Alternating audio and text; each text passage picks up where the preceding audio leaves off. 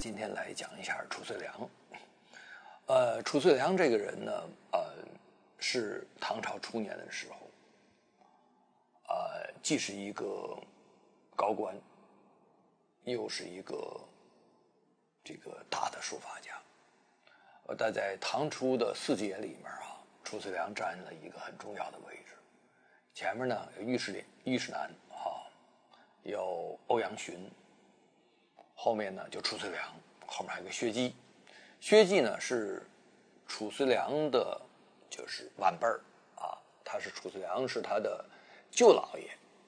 所以相对来講的話呢，這個褚遂良呢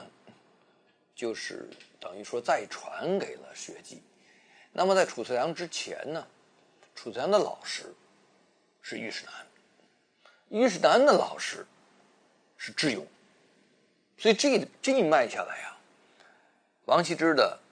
這個正脈相傳到褚遂良這裡。為什麼選褚遂良這個人？我們今天來做一個第一次做一個人來講解。我們前面都是講一個作品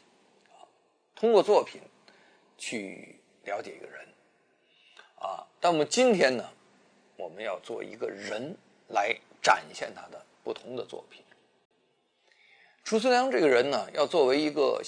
你比如說像顏真卿，我們講過了他的正座位，那顏真卿要講的東西就比較多了，比如說祭咫稿比如說他的楷書多寶塔呀、顏欽禮呀、顏家廟這個麻姑閒談記呀、中興頌太多了，我們要選擇性的，我們沒法說一講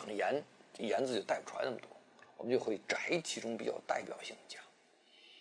那褚遂良相對來講呢，他作品沒有那麼繁複，呢有一定的脈絡，我們就以褚遂良作為一個主題去學習褚遂良他給我們留下來的為數不多的一些作品。褚遂良呢這個他的一生從他出生應該說就是出生在一個官宦人家裡面，家境也是很不錯的。他的父親叫褚亮當時在隋煬帝的時期做官，而且官呢做的也不低了。我們大家印象裡面一提到隋煬帝的時候，就感覺隋煬帝這個人是一個暴君然後怎麼這個橫徵暴斂了，怎麼為君不仁了，等等等等。但是隋煬帝有一個特點這個人很有文采，而也特別喜歡有才幹的官員。他只不過到後期呢，就有些荒淫無度。可是這是一個非常有才幹，而且有創建的一個皇帝，所以歷代對隋煬帝的評價很高。雖然他是一個亡國之君，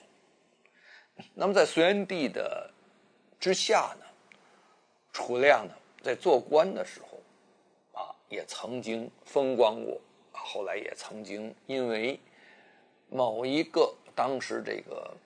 就是這個反叛是隋煬帝的反叛受到這個褚亮受到牽連，也被貶過。那當然後來呢又被這個李淵後來起兵的時候又把這個褚亮又給收到門下，後來又碰到了竇建德竇建德又去又反後來再被竇建德攞走，後來又被李世民再去遍訪，再把他又給找回來，說明褚遂良的父親有賢名在外，就是他非常的有賢能，人也好，有本事。從褚亮歸屬到李世民的旗下以後，李世民出去征戰都會帶着褚亮。那麼這個時候呢，褚遂良有20多歲了，22歲左右他就跟着他父親也當個小官兒。但是這個環境下他的熏陶，可以說從小就在這個環境裡頭長大，他受到了周邊的這個政治的影響，所以他非常的敏感敏锐。另外呢，当然從小的家学，再加上他自己的这个在書法这方面他的才能的表现。另外还一点，他父親那一輩和尉世南和歐陽詢都是有交往，都是友人之间的交往，所以褚遂良就受到他们很大的影响。尤其是褚遂良他作为尉世南的学生，褚遂良早期的作品带有明显的尉世南的痕迹。那褚亮本人呢，他不只是贤能，这个人一定是还非常的这个聰慧。这個我們講這個聰慧不是聰明那個簡單的，它是叫做智慧的人。所以他當時有一點就是我們可以看出來他有城府，有氣勢。李世民找到他的時候等於他是這個跟着竇建德，然後竇建德反叛被抓，他被李世民收了來的時候，他所處的那個處境是非常狼狽的。但是當李世民訪到他，跟他交流的時候，就發現這個人不卑不亢，非常有自己的格局。所以從這點來講，作為一個父親影響到一個孩子，褚遂良也是相當的受到了一種家庭的這種熏陶和家庭的這個氛圍、這個環境的影響，尤其是像他父親這種樣的一個姿態，這種一種品味。所以褚遂良從小是一個很好的一個學習的機會、條件、環境和乃至於他一路發展過來的整個的這一個比較順遂的這個仕途。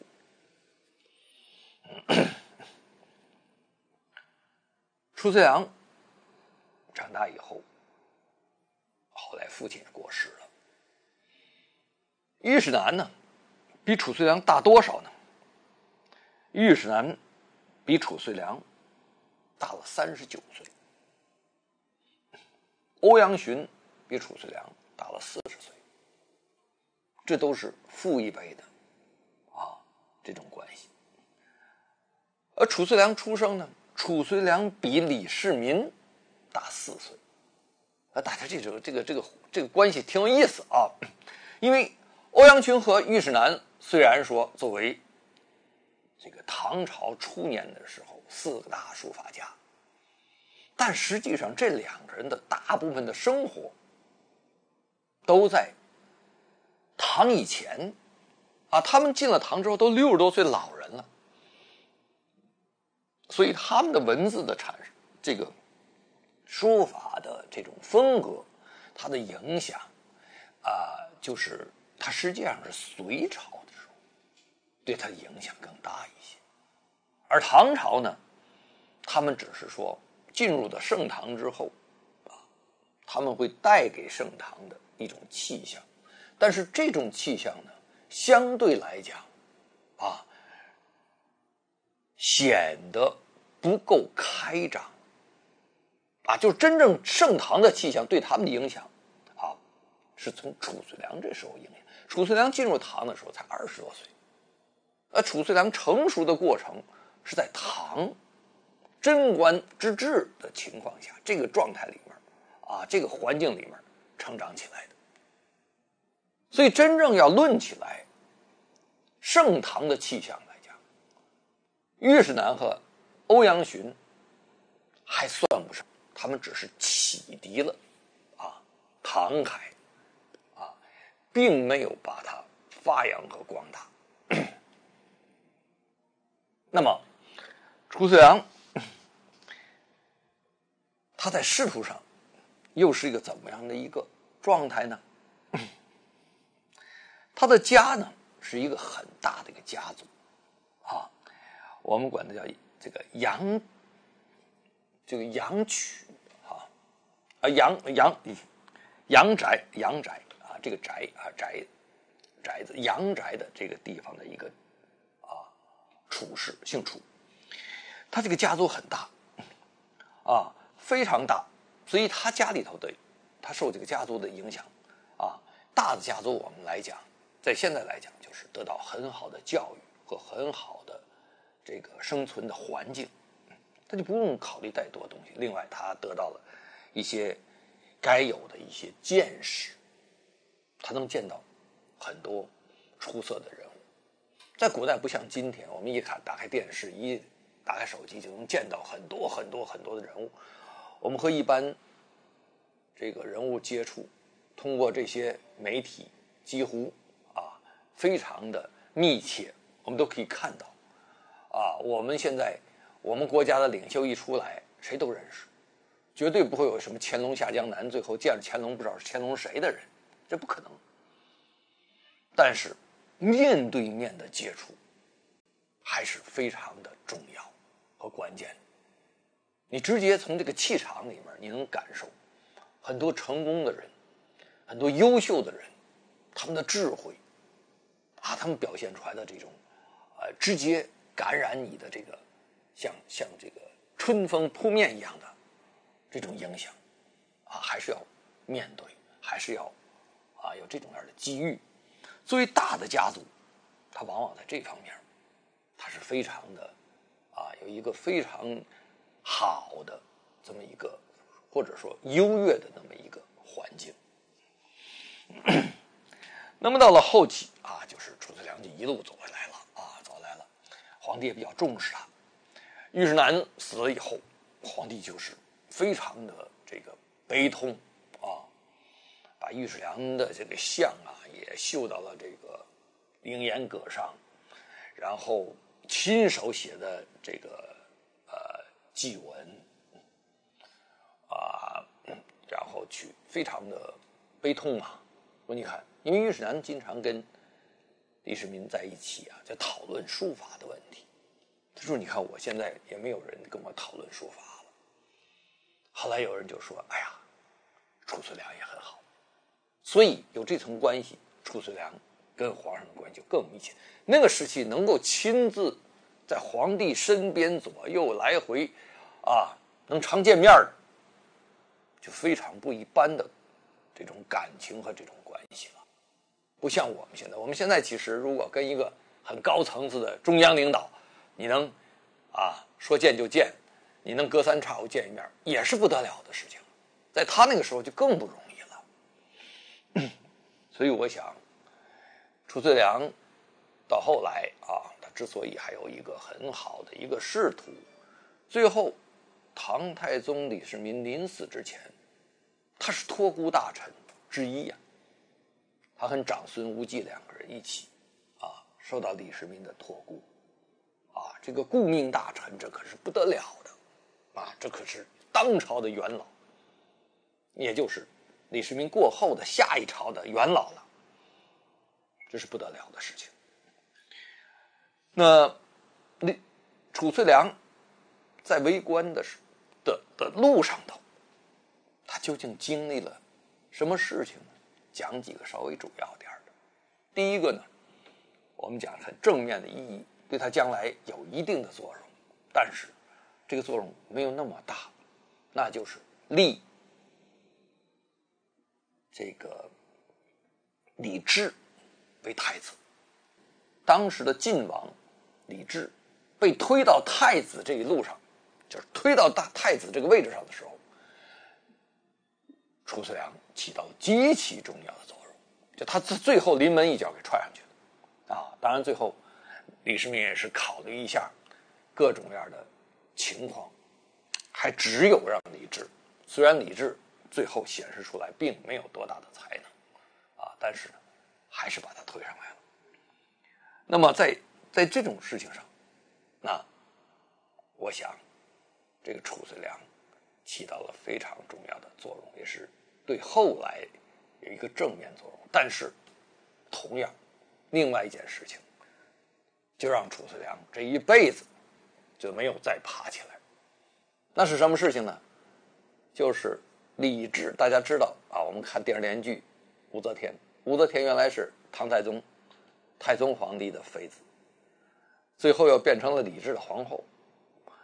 这裡面就很複雜啊，什麼一會兒又跑到寺廟裡面去了，寺廟裡面走一水回來之後啊，當他兒子的老婆不說，還要當废掉了前面的這個王太後，要把他要立到武太后，要把武太后武后对吧立起来。那這個過程裡面也涉及到了這個怎麼立法，在這個環境中又是這些人把褚遂良給闪出來了。那麼褚遂良被闪出來的时候啊，他又是当仁不让，講了很多的話啊，甚至於呢把他的那個護板啊扔在地下啊，說我要告老還鄉的，如果你要是不聽我的話的話。这时候是李治啊，李治在做皇帝啊，在召集這個比較近的臣子們在討論這個問題，要不要把武後把武則天立為太後。那麼這種情況下，於是這個褚遂良就講了一通話，這話講的確實是比較重。那這個事情在哪裡存在了呢？武則天就在後面聽着呢，在這後面這個大幕之後聽着啊，武則天氣壞了啊！武則天就講過一句話，就是何不撲殺此僚？就為什麼不把這家伙乾脆就給辦了啊？就曾經有這話。當然最後呢，這個周邊有好多人嘛，有個司空叫李一。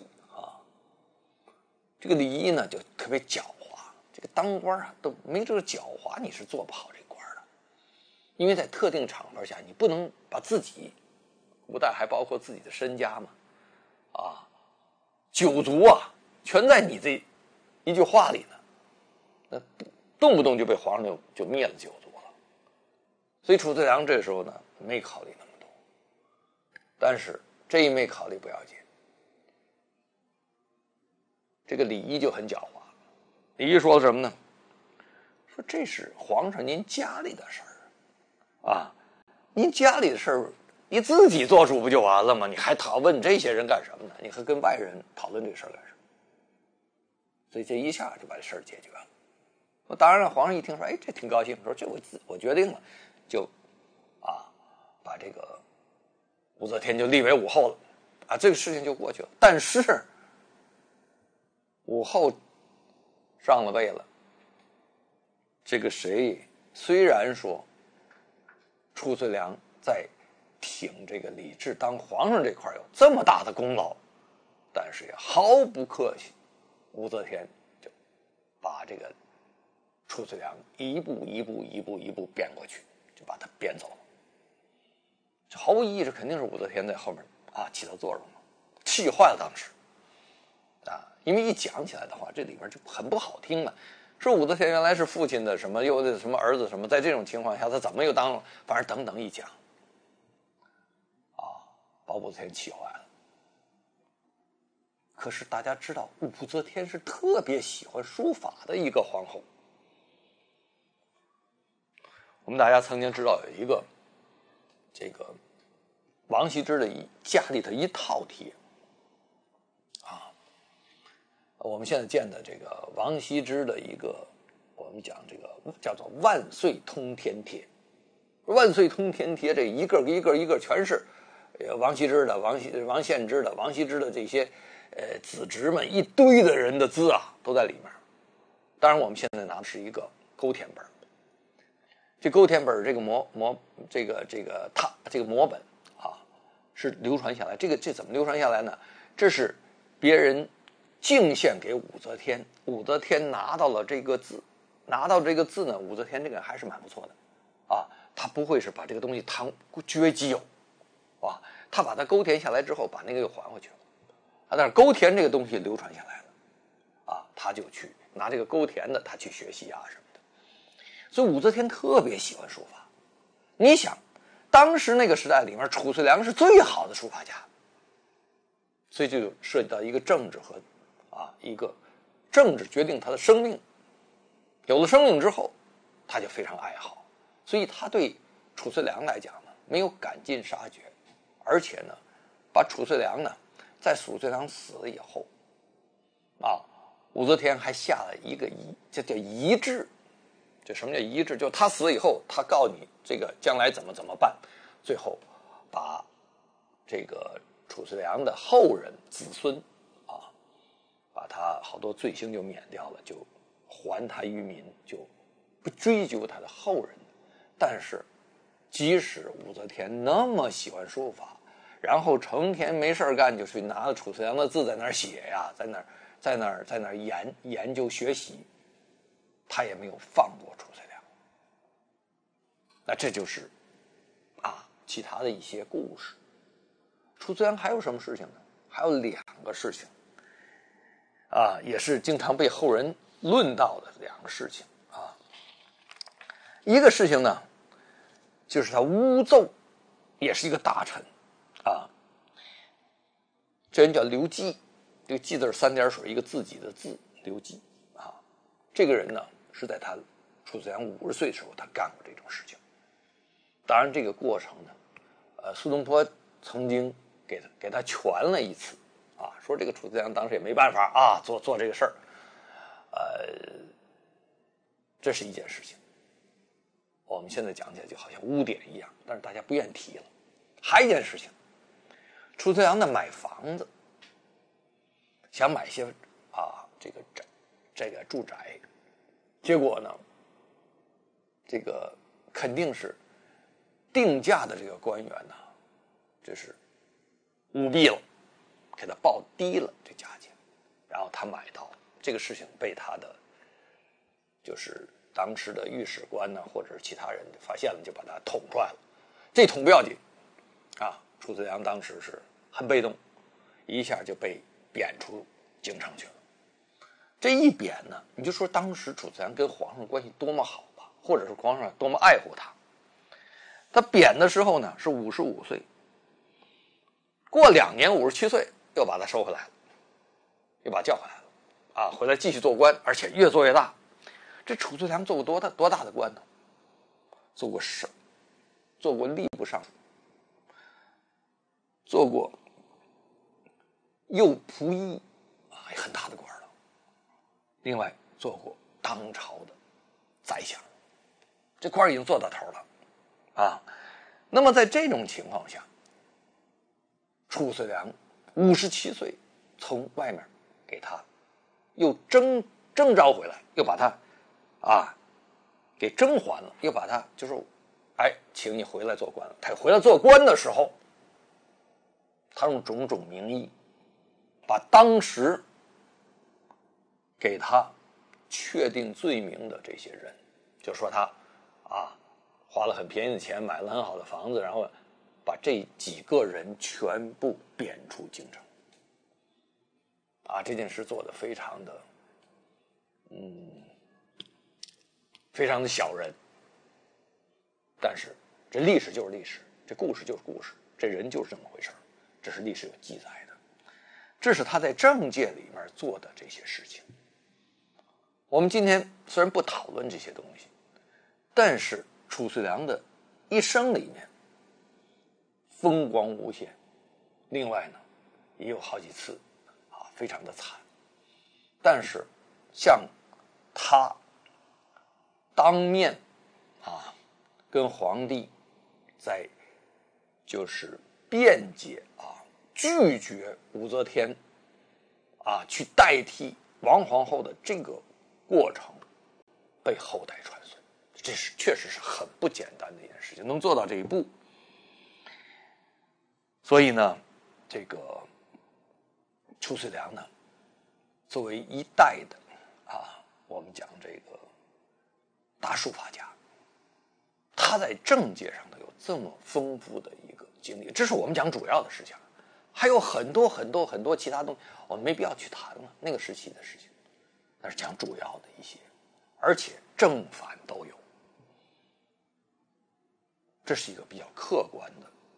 我們對褚遂良的一個了解。那麼褚遂良在書法上呢是一个我们講是一個非常不簡單的一個人物，因為褚遂良曾經受李世民的一個委託，也不叫委託，李世民就任命他，你去幹這事兒就是了，把當時他收集到了數千幅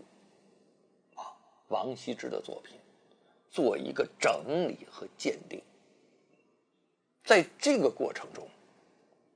褚遂良大量的接觸了，也就是說，除了皇上以外，幾乎沒有人能接觸這麼大量的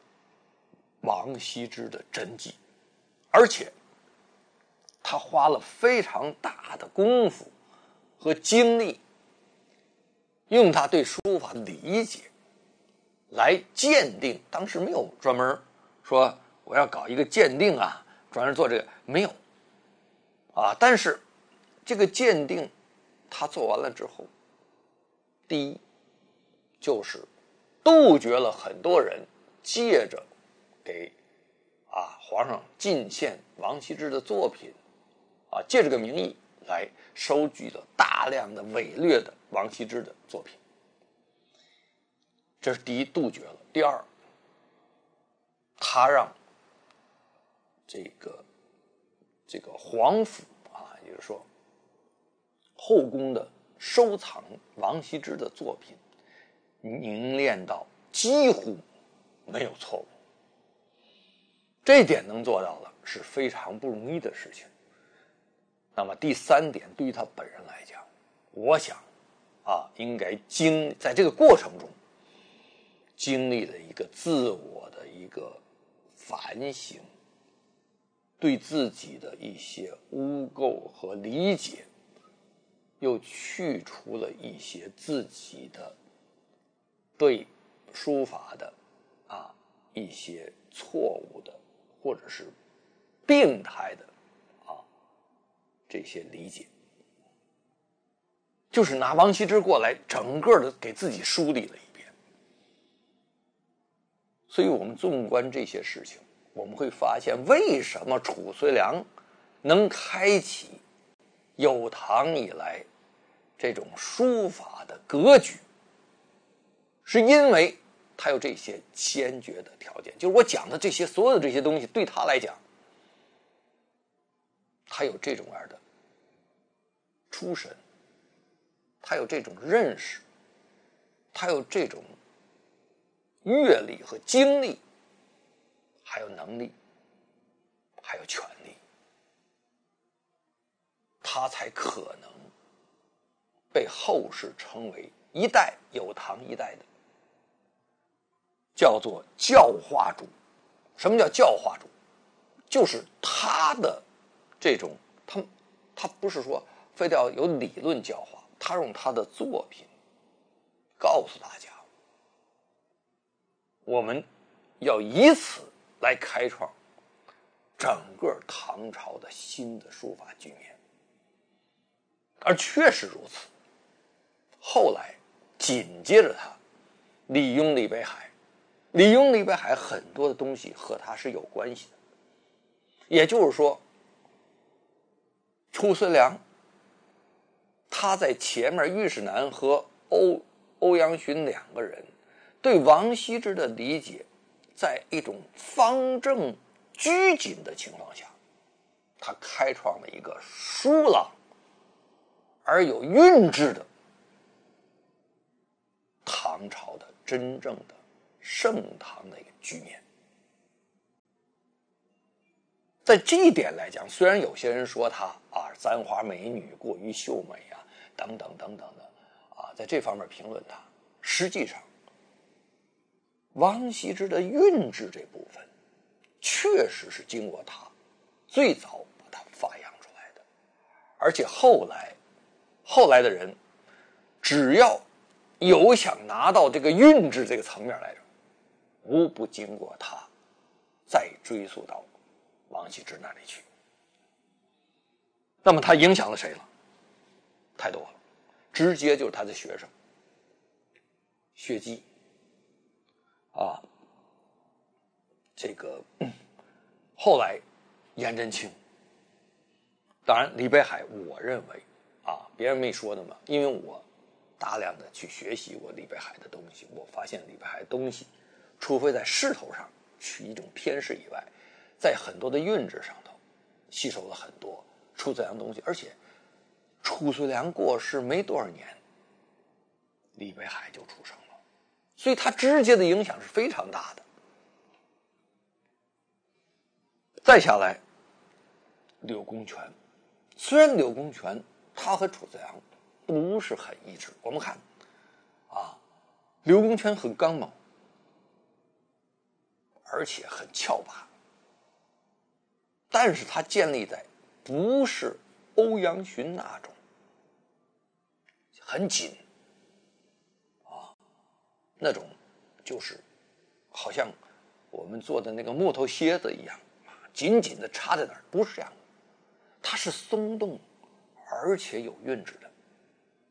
這所有的韻致都是沿着褚遂良這路走。到了宋朝，倪府那不用講啊，那當然還有宋徽宗啊，徽宗的瘦金書，你看那東西實際上就是把好多這種有韻致的金，為什麼叫瘦金書？有人說是金色的金，有人說是金骨的金，都可以。金色的金呢，怎麼講？皇上金神。瘦金書的金，金骨的金，它裡面看見全是金。那這種金是靠什麼組成的？是靠韻律把它串合在一起的。這就是褚遂良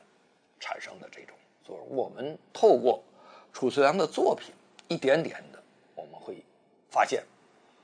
他從早期的時候是一個什麼樣的狀態，他一步發展以後，他又變成了一個什麼樣的狀態。褚遂良的晚年比較落魄一些啊，就是他最有名的一首啊，一個這個雁塔升角序這個碑，我們覺得是這人的一生的總結，也是在他落魄以後啊書寫的。啊，後來呢，他落魄到什麼程度？客死他鄉都說，他2個孩子最後也被殺掉，就非常慘。他死了47年以後，47年以後，武則天當時留了一個話，說要怎麼處理他，那後面人才對待他們家，才給他一些，讓他的子孫可以就業。130年以後，啊，他的繡像才被繡到了凌煙閣上，啊，他是一個國家的一個重臣，諡號文忠，啊，所以他諡號是文忠，所以這整個這個過程就是褚遂良的一生。一生裡面，我們知道的跟褚遂良有關係的有幾個東西，比如說有一個叫枯樹賦啊，這個有一個叫伊闕佛龕碑，這個伊闕佛龕碑在他46歲時候寫的，有一個夢法師碑47歲寫的，還有褚遂良，就是傳為褚遂良臨寫的兩種不同類型的《蘭亭序》，都是絹本啊，一個在北京，一個在台灣。那麼57歲寫了一個很有名的一個帖，這個人也很有名，這個碑也很有名，房玄齡碑。這個房玄齡碑就是保存的不好，破損很厲害，但是本身它這個字真像簪花美女，而且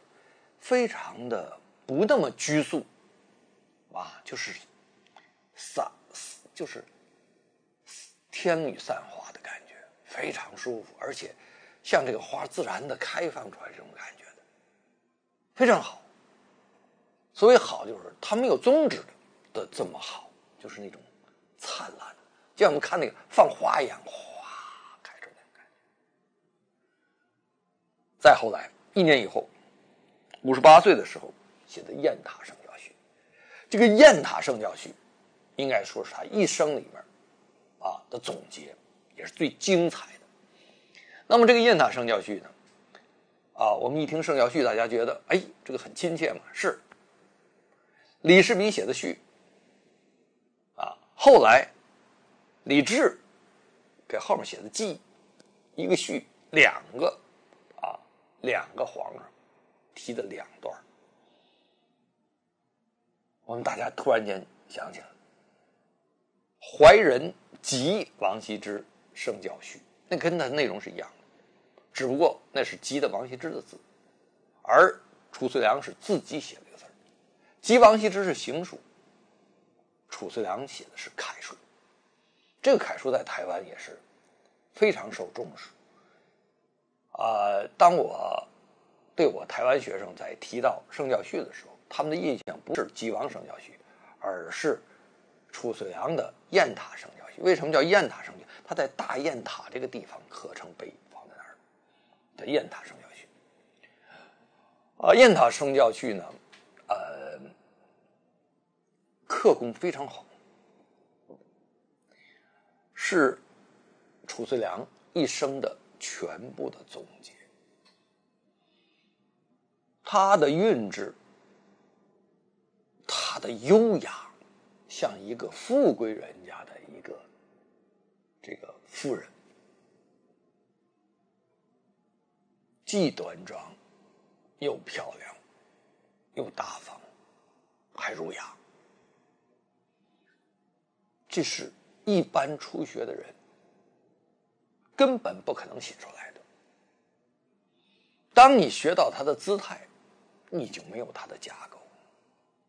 當你學到了某一方面的時候，你必定失去某一方面，因為你不具備同時把它感受到的這種能力。所以大家都知道它非常好，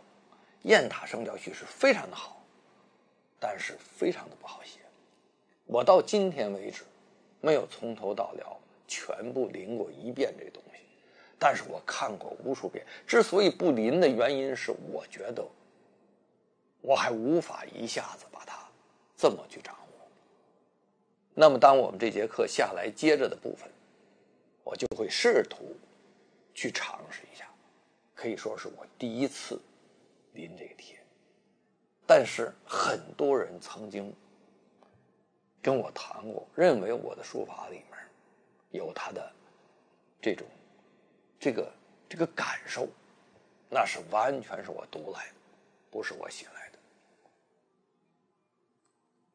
雁塔聖教序它為什麼好？因為它是褚遂良字的一個總結，也是到一定年齡之後，他的所有的火氣退盡，這個人進入到一種無為的狀態的時候，他所寫出來的這種感受，當然他和內容的一些吻合，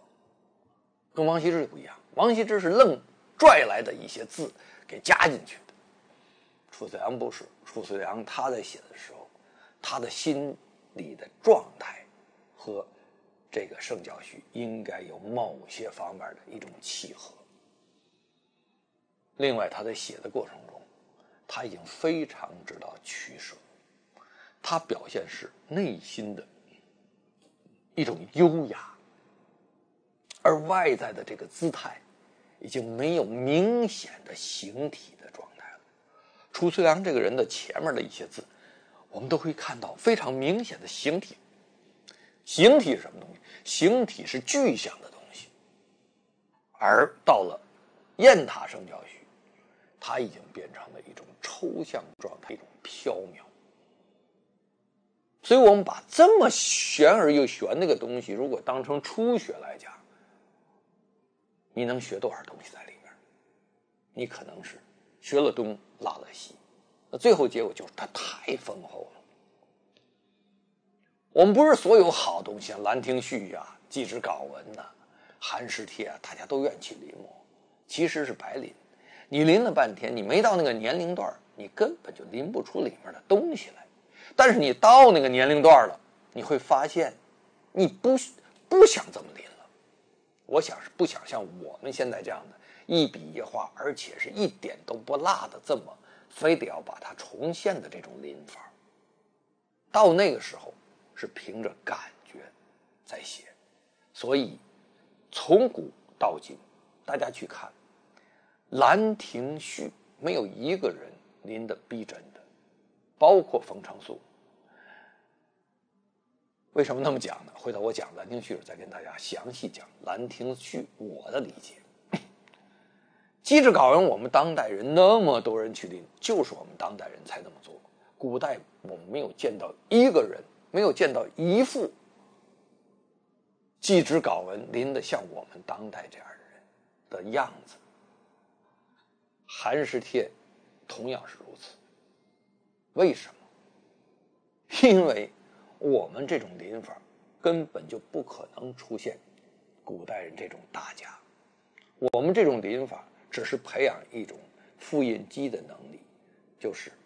一個照着什麼做出什麼樣子的一個能力。而這個能力的本身練得越精，你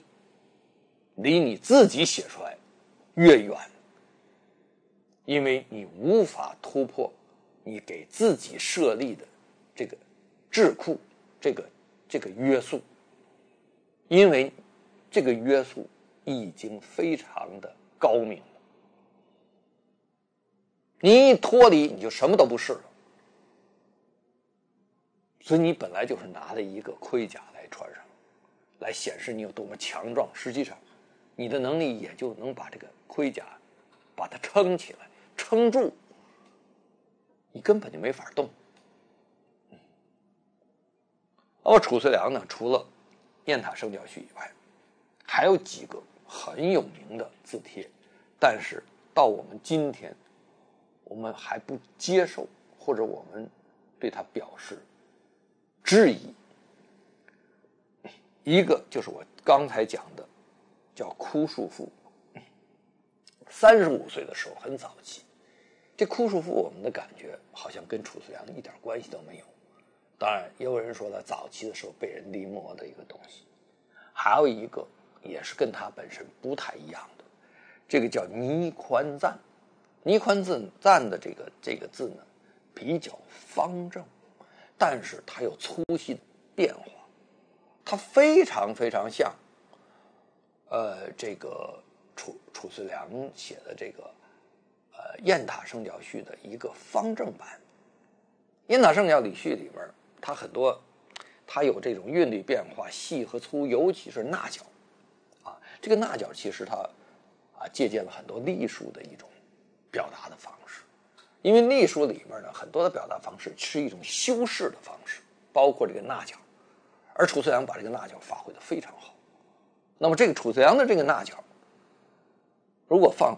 就是雁塔聖教序的捺腳放到了倪寬贊裡面，倪寬贊就變成了一個方形的聖教序。那麼這個字為什麼後來被大家這個質疑呢？是因為它中間失去了幾個字，摳掉幾個字，而摳掉這個幾個字呢，恰恰是宋朝的皇上的避諱，所以大家懷疑是宋朝一個人臨的，在臨完之後發現有幾個字不行，就把它摳掉了。要是真是褚遂良的字被摳掉的話，絕對不是說沒有絕對的可能，也有可能，所以這就大家就爭執不下。但是有一個共同點，大家認為就是倪寬贊的本身的水準不亞於褚遂良的水準，還是很高的，還可以學習的典範，而且比宋人的書寫的楷書要好得多。這是對倪寬贊的認可。但是至於是不是褚遂良寫的本人寫的原件，有人質疑而已。還有一個帖，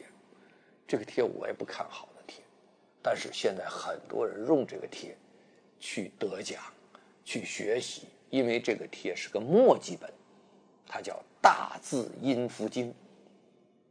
那么说大字阴符经，那肯定就还有小字的阴符经了啊。褚遂良在记载里面，褚遂良啊，他在年轻的时候，37岁的时候，皇上或者是给他一些指令让他写了50本草书的阴符经，这有记载的。后来到了59岁的时候，他又曾经写过郑恺的阴符经，写了120本，就是120套。那么如果说这个阴符经是真的的话，他不可能是37岁写的，他很可能是59岁时候写的。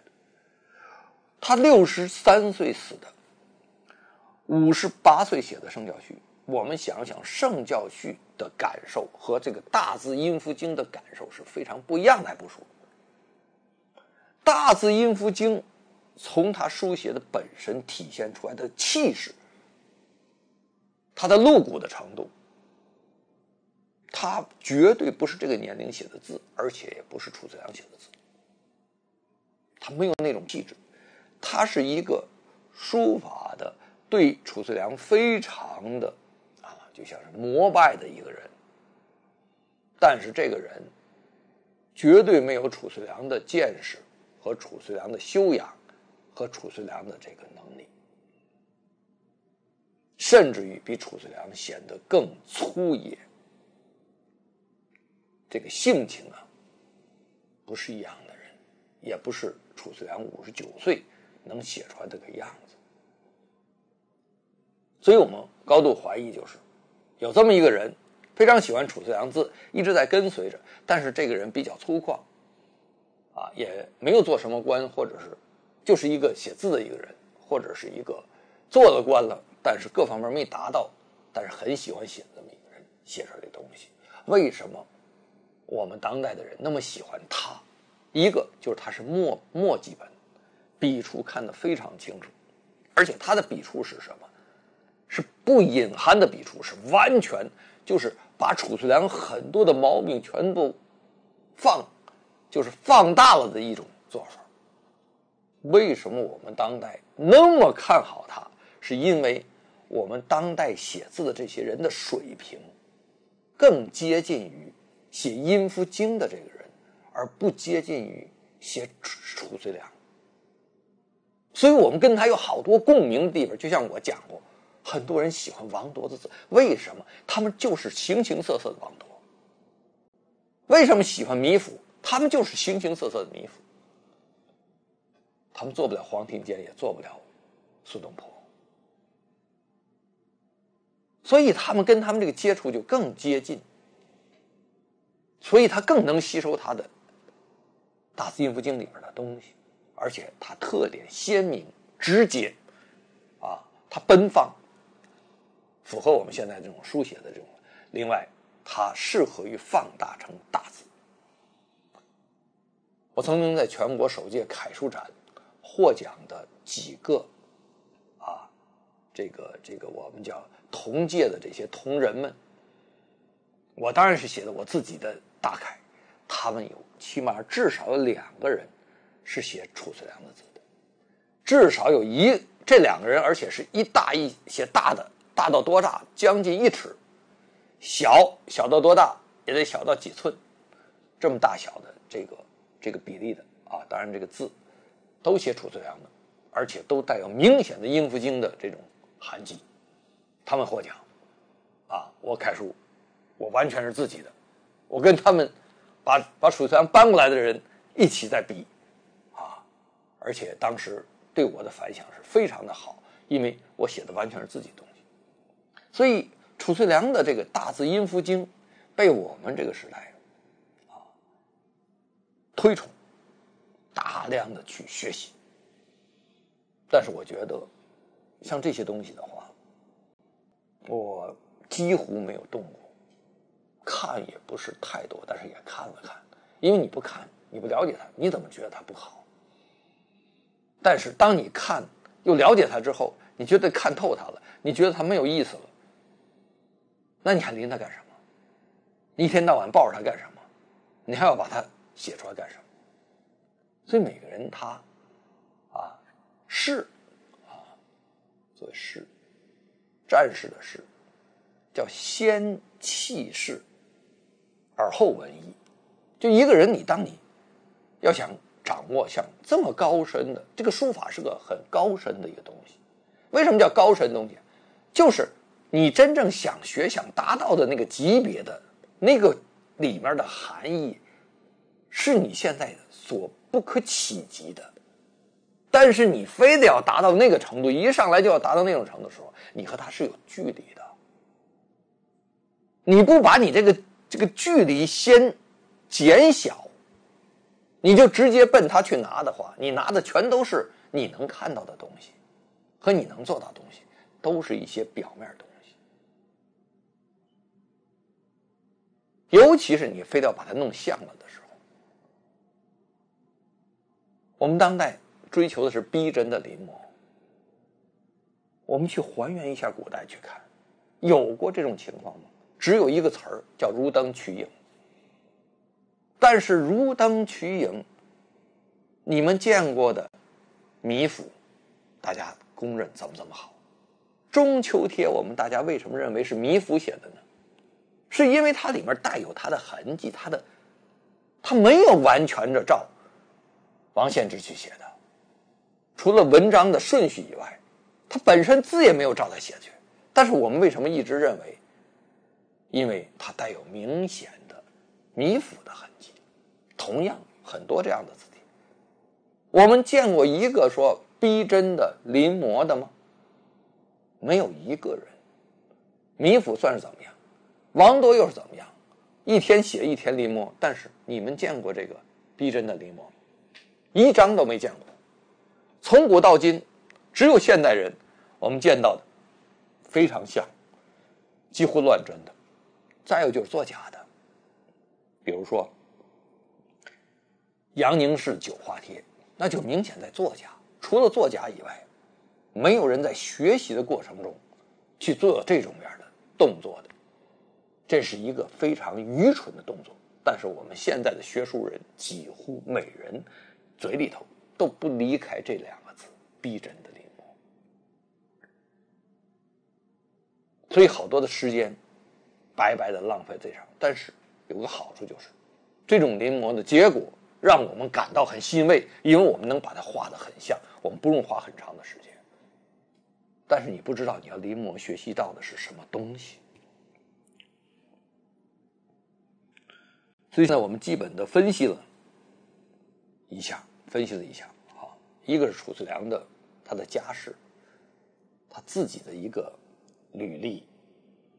他曾經的風光，他曾經的一些失落，他的作品，他作品裡面的表現力。那麼下一節課，也就是我們接下來的學習，我們就要通過第一，我把這幾個比較我們覺得這個褚遂良比較有代表性的作品，當然也包括大字音符經，我覺得哪些不像的地方這個我們把它分析一下，從中我們感受一下褚遂良的書寫的狀態的變化，隨着年齡的變化還有他的字在不同時期的特點。我們不是要求我們跟哪一個時期像，或者是要像他似的不同的時期都嘗試一遍，而是讓我們去了解，作為一代的教化主，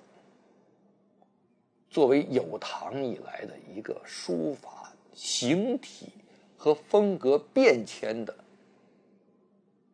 創始人，他是在怎麼個情況下把它作為變通的？一個是他自己的字怎麼一步一步變通到成熟的，再一個就是他怎麼去接受近人的東西，而把它開始受到的老師和這個時代的影響，去把它轉換成一種近人的這種韻致的東西，而這種韻致才能影響後人。你說他教化主，他憑什麼教化？就是他把書法中的轉換應用進去。大家說為什麼他就轉換？那晉人不也轉換了嗎？但是晉人的書寫的手法和唐人的不一樣，而唐人的書寫手法和我們今人的卻一樣。也就是說，晋人他是用這種點戳的方式完成的字，所以他提按他这種入筆出筆。到了唐人之後，唐以後就開始有這種桌椅了。包括我們現在，我們很少這樣的。我們在做這樣的话，會寫很大字才有這樣的動作。我們小字沒有這樣的動作。那麼在這個時候，我們做的什麼動作？我們是這種推移的動作，轉換。那推移之中的轉換，所以有人曾經在跟我討論一個祈禱的問題。祈禱，他說所有的字都要祈禱完成。祈禱是絕对有的，但是祈禱絕對不可能代替其他的部分，而且祈禱也絕對不是代替主導其他的這些地方，祈禱也絕对不是主導你的運筆其他的這些動作的主脈，有嗎？有。所以我們下次，我們接下來就要用我的自己的一些运用，還有我們對它的这个各个碑帖的理解來延續我們對褚遂良的理解，我們對褚遂良的整個的這個書法藝術的一種，我們透過這些直接的運筆和細節的講解，讓我們從他的作品裡面感受到他的意境和他為世人所做的貢獻。